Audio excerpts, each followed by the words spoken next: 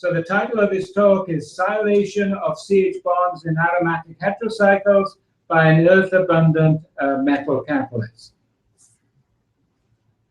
All yours, okay, Brian. thank you.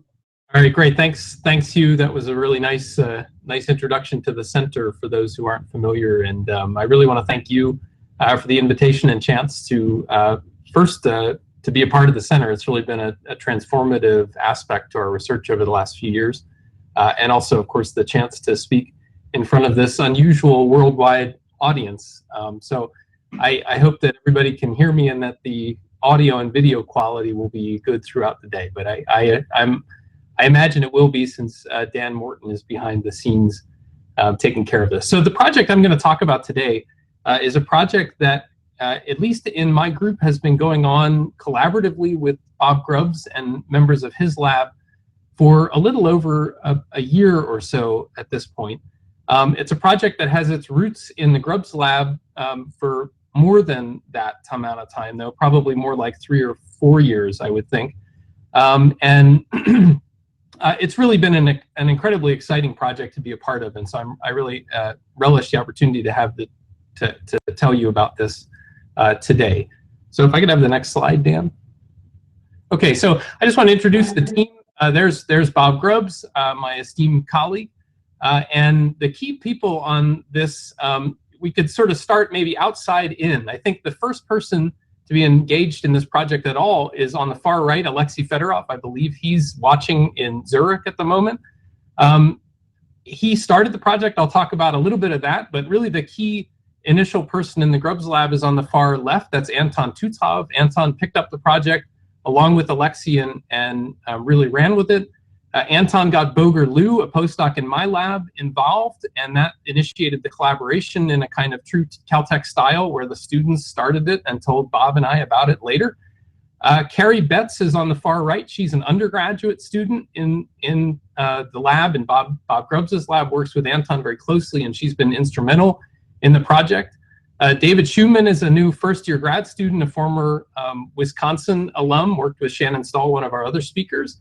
And Batul Katir is from Denmark, who's visiting for about 6 months working on the project. So it's an international team, a team that spans all age groups, from the very young to the not so very old, and we're really excited about it. So I want to start, though, with a brief introduction to kind of how we got here, at least in my group. So in my lab, we're interested, as Hugh mentioned, in very broad areas of organic chemistry. So synthesis and reaction discovery. We typically will focus a lot of attention on target-directed synthesis, as you see on the left.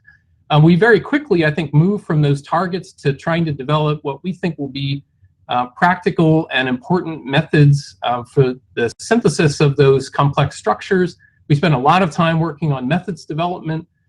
We then will either return to the inspirational targets. We often apply the reactions for exactly the scenario for which they were invented, but often then we'll also move into other areas that we refer to in our group as novel targets. They're really just new targets that we hadn't thought about at the outset, where our new method might offer some advantage over existing technology. So we call this whole endeavor target-driven methods development. And of course, the targets on the right look a lot like the targets on the left. And so in the end, on the next slide, you'll see it's just a kind of synergistic effect where one leads into the other, and at the end, hopefully, new methods emerge. More often than not, though, as shown on the next slide, it actually is quite a bit more complicated than that. And often projects influence one another that had really very little to do with each other at the outset. And this becomes quite confusing, I think, over time, but actually is really the exciting aspect to a broad program like this, where sort of the sum of the parts often ends up being greater than the direct sum would be. Okay, so if you move on to the next slide, there are a few key points, though, that come out of this. Certainly, a goal of the group is to discover and develop new strategies and tactics that allow us to access interesting compounds.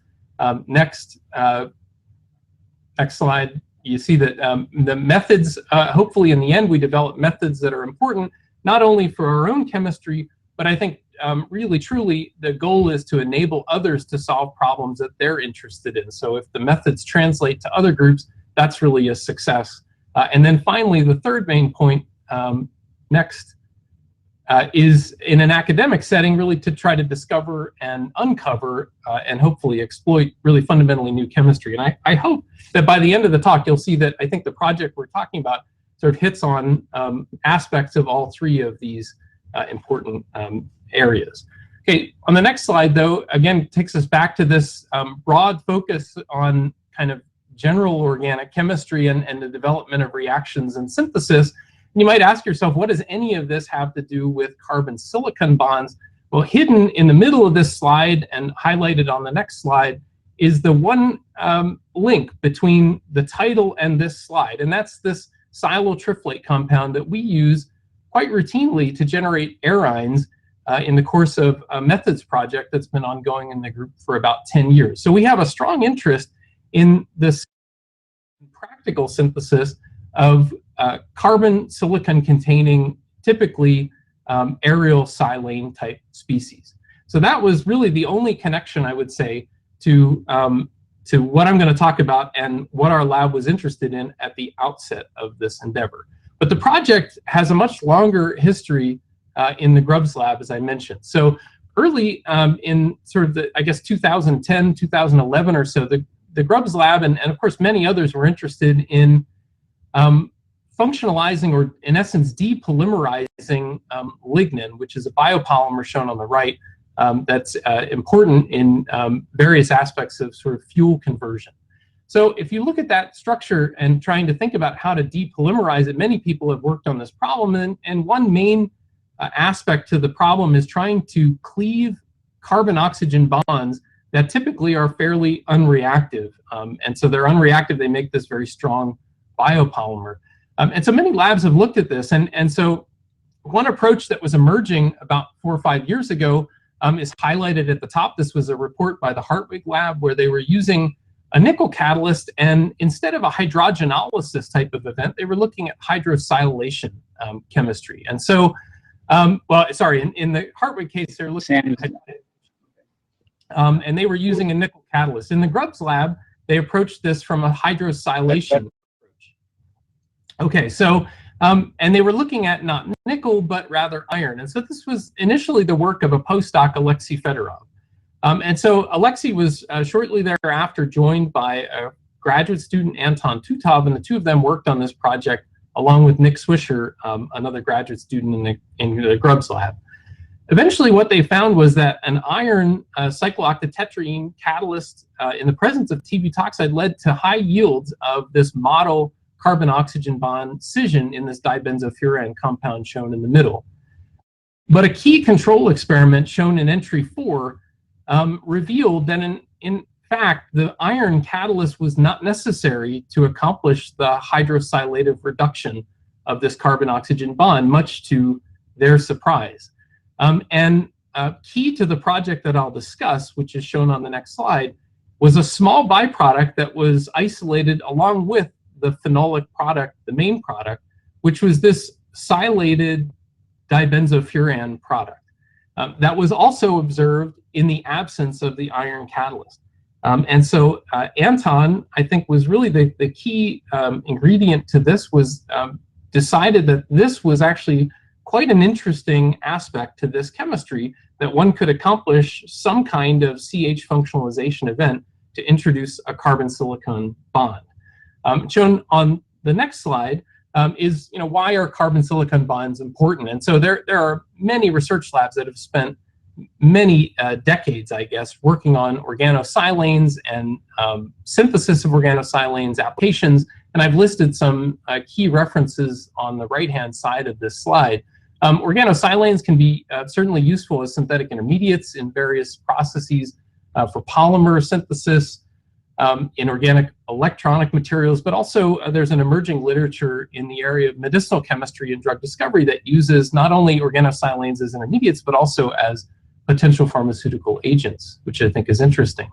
Typically, these are generated either by stoichiometric deprotonation by very strong pyrophoric bases like N-butyllithium shown in the middle, or by halogen metal exchange, or magnesiation, such as in a Grignard formation as shown in the middle there, And then these very reactive, water-sensitive, and air-sensitive organolithium compounds are treated typically with a silyl halide or silyl triflate reagent that has to be preformed, typically from the organosilane precursor, to produce then the aryl-silane products.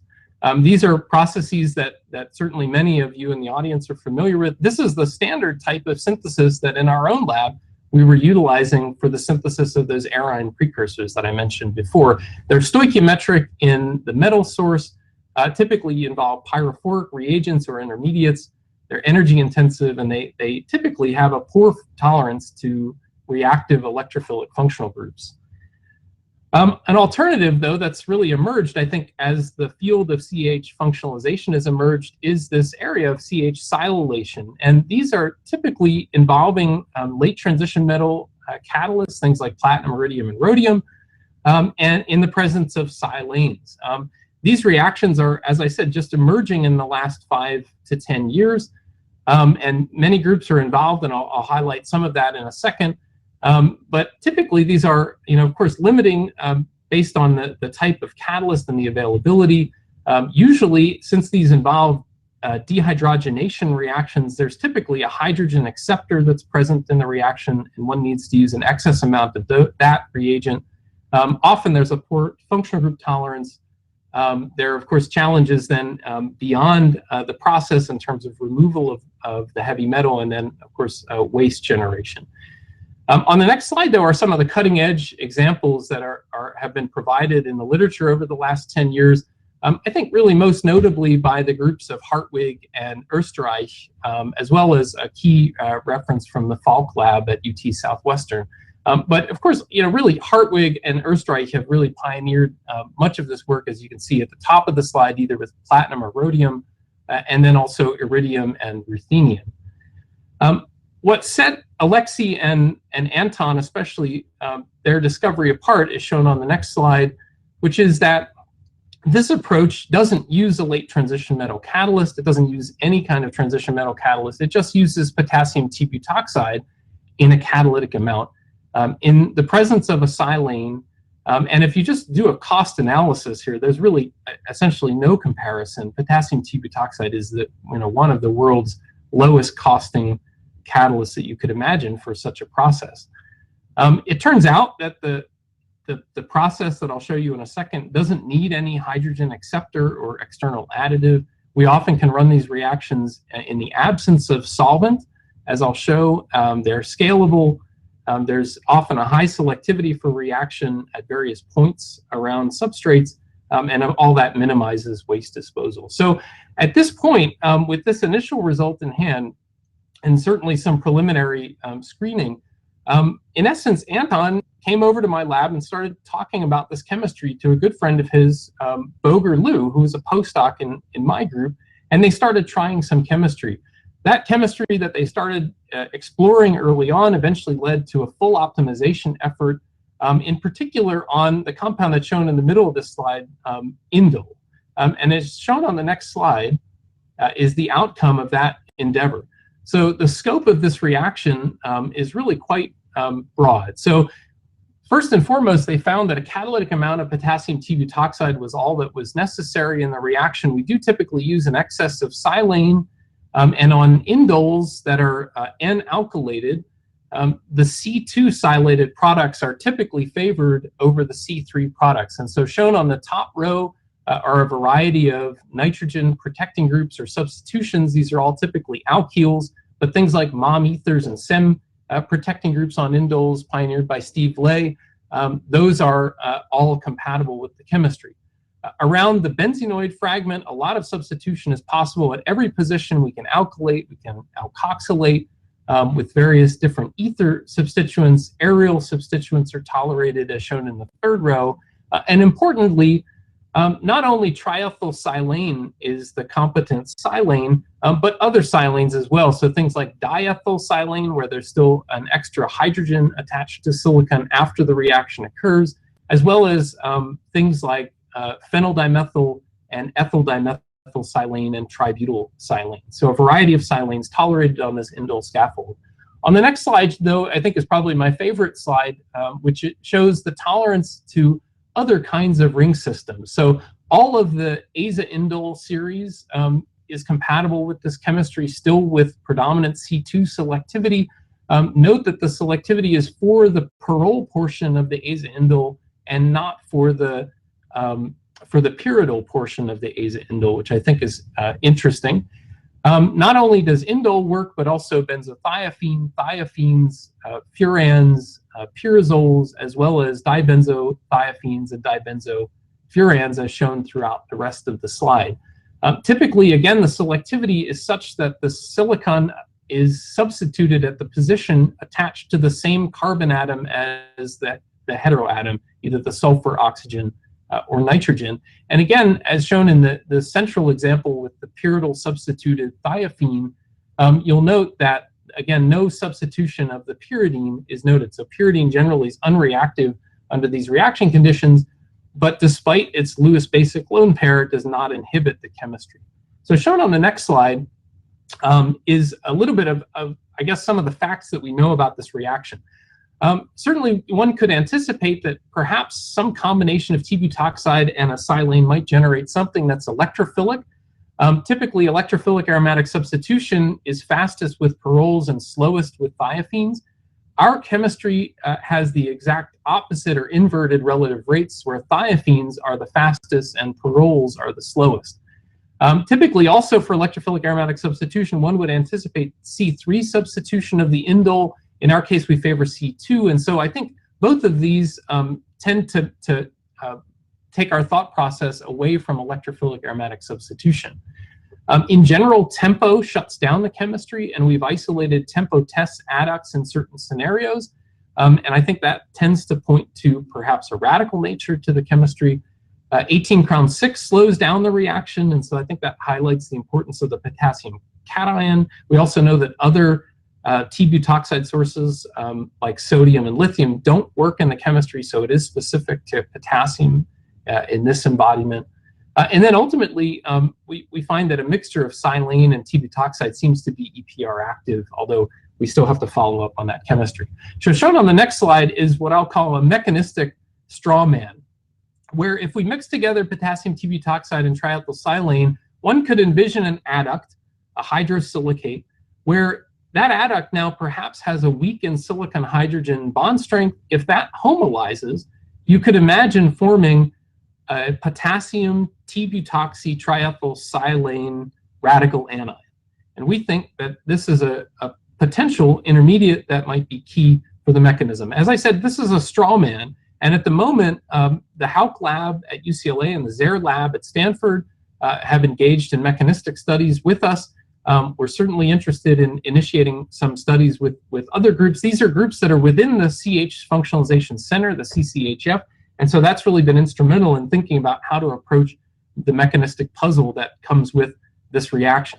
But on the next slide is shown at least how we could envision this siloradical anion participating in the chemistry. You can imagine an addition event to the heterocycle across the olefin, either forming on the left a benzylic radical or on the right a non-benzylic radical. We think the left-hand path is more favorable. That radical then, that silane adduct could then start to interact with yet another external triethylsilane molecule via the t-butoxy Lewis basic oxygen. If that starts to interact with the silicon, one could envision hydrogen atom transfer that in essence abstracts the C2 hydrogen of that silyl radical species on the left, the benzylic radical. That generates then the indole and regenerates the silyl radical anion. And that simple catalytic cycle is at least what we had as a first approximation. On the next slide, though, are shown some interesting potential new reactions. So along with the C2 silation, we also observe small amounts of orthosilation. So along on the benzenoid fragment of the indole, shown at the bottom of the slide. The next slide is how we've then optimized that. If we remove the pyrrole portion of the compound, we start to see silation ortho to these alkoxy groups. On the next slide is another interesting byproduct that we isolated from the methyl substituted indoles. We start to see benzylic functionalization. This clearly would then progress by some other kind of mechanism, not an addition mechanism across an olefin. Shown at the bottom of this slide, though, on the next slide, is how we've thought to optimize the benzylic silation. So we think this opens up the door for benzylic silation as well. On the next slide is shown a scaleup example. So there's an angry bird flying in there somewhere, but on a 100-gram scale, we can run 100 grams in a 500 ml flask. So that shows how compact these reactions are with no solvent. The only other liquid present is the 1.5 equivs of triethylsilane. We simply perform the reaction 45 degrees, cool it down, filter it, and then distill out 142 grams of the C2 silated indole. On the next slide is shown some simple strategies that we envision. So you can take these C2 silated compounds, carry out ipso substitution for boron, and then a cross-coupling. Alternatively, with the diethylsilane adduct, we can then further oxidize the silicon to the silanol shown on the lower right. This is chemistry pioneered by Scott Denmark's lab. In combination with the Hiyama type coupling, we can then carry out cross-coupling again to generate C2 arylated indoles. And you can envision a one-pot procedure where we silanate, where we form the C-silo bond followed by a C-aryl bond to accomplish a net C-arylation event. And that's something that we're looking at now. At the bottom is shown a kind of blocking strategy where we treat the benzothiophene with the silane reagent. We block the C2 position. We then carry out a deprotonation event that borylates now at C7, essentially blocking C2 from deprotonation, and then we desilate. So now we have a B-pin substituted benzothiophene in a position that would be otherwise challenging to functionalize. We think this has some utility for synthesis, this kind of strategy. On the next slide are shown some examples of CH silation of compounds that we think might have some application or interest in sort of functional materials science. So a few thiophene CH silations, as well as an interesting silylazole type compound shown at the bottom. And then finally, on the next slide is shown some applications that I think are really exciting. So these are pharmaceutical substances on the left-hand side or analogs thereof. And we're directly carrying out late-stage CH silation, in these cases of the thiophene unit, but in the presence of things like aryl halides, pyridines, basic amines. These all work reasonably well to produce the C2 silated products. And so we have a collaboration that's starting up with the Novartis group, who I'm pretty sure is online today, to look at additional drug substance type compounds for late-stage CH functionalization, but then also looking at some of these synthetic strategies that I mentioned on the previous slides, and we're really excited to be engaged with them. And Novartis, of course, is also one of the important members of the CCHF. Shown on the next slide, just our kind of the future studies.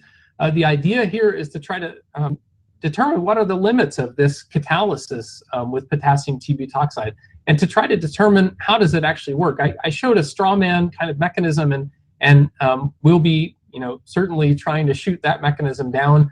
The Hauk lab and the Zare lab have already been engaged in a very meaningful way with us on this project. That's been very exciting.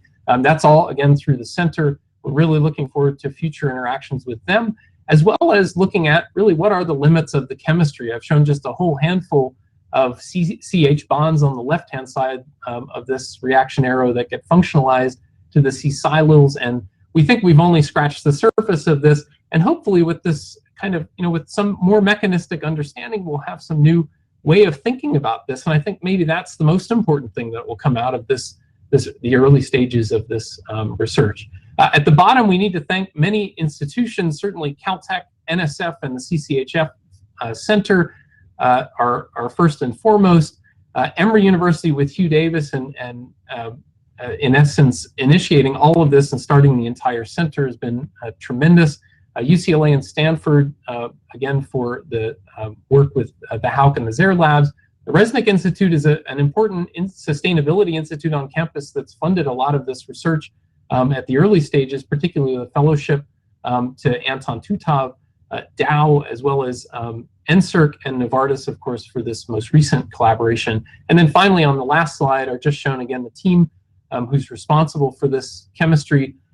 Anton and Alexei, certainly first and foremost, then Boger and Anton working together really on the limits of this hetero-aryl functionalization chemistry, along with Carrie, most recently David and Batul. And of course, it's just tremendous to be at Caltech with people like Bob Grubbs and working together closely with his lab and these fantastic students. So I thank them, and I thank you, and I hope, Hugh, I hope I've managed to stay somewhat on time. So thank you.